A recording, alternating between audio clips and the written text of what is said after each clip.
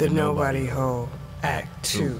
The hunter and the hunted, the hungry and the running, the boy and broken sorceress, a king who thieves for money, a garden missing color, a never-ending wind, armed women from his fantasies in a museum. How does all this stop, and where did it begin? When you wake up as a drawing with imaginary skin, and you find yourself running through forest and haunted mansions with a pumpkin-headed witch who mourns behind a grin. Well, death mourns too. He isn't right with self. He can't wait to dig his knife deep into your chest. Stalking through the elms in a panda mask, breathing. They always just in sight and out of touch, they'll never see him. Another pair of eyes, though not behind a mask, follow while he manders silent as a cloud of gas. Another pair of eyes, though not behind a mask, follow Pygmy Paul through the hollow forest path. A vapor-like assassin, or maybe an apparition. Listen to the pumpkin lady telling Paul the mission.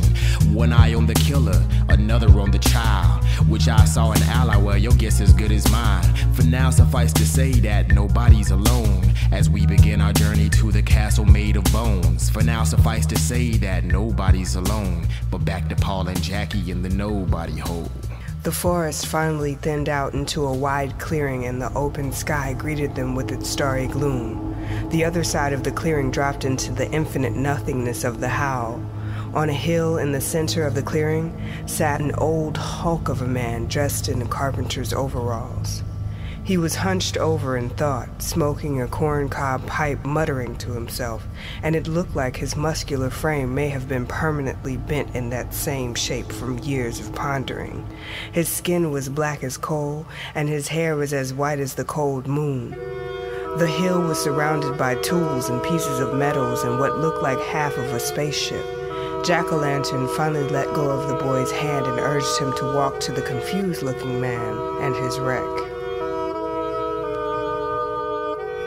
The tale of Old Man Geechee and the Fall Ship.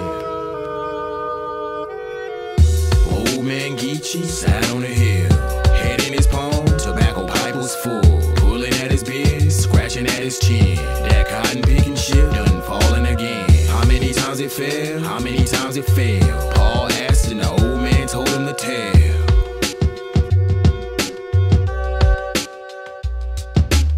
My twin brother Aji, he always been my heart. I was a carpenter and he studied the stars. We had a game we would play when we was little kids.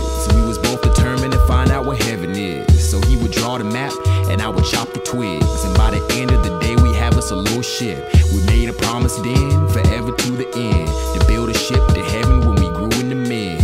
Old Man Geechee sat on a hill, head in his palm, tobacco pipe was full, pulling at his beard, scratching at his chin.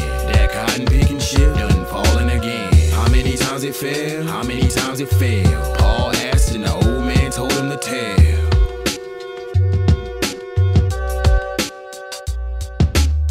My twin brother Aji, he always been my heart. We grew into men, but never grew apart. I mastered carpentry and he was scholarly. Poetry, philosophy, and astronomy. I fell in love with June, we had a family. We had a son, looked kinda like you with straighter teeth. But I ain't forget, and neither did my twin. When we turned 33, we started on the ship. Old Man Geechee sat on a hill, head in his palm, tobacco pipe was full, pulling at his beard, scratching at his chin. That cotton picking ship done falling again. How many times it fell? How many times it failed? Paul asked and the old man told him the tale.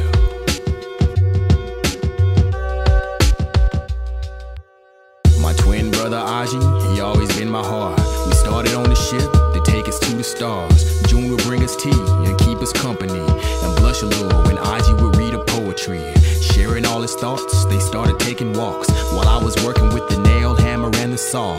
When the ship was done, they got in it one day and said they was coming back, but they never came. Old Man Geechee sat on a hill, head in his palm, tobacco pipe was full, pulling at his beard, scratching at his chin. That cotton picking ship done falling again. How many times it fell? How many times it failed? Paul asked and the old man told him the tale.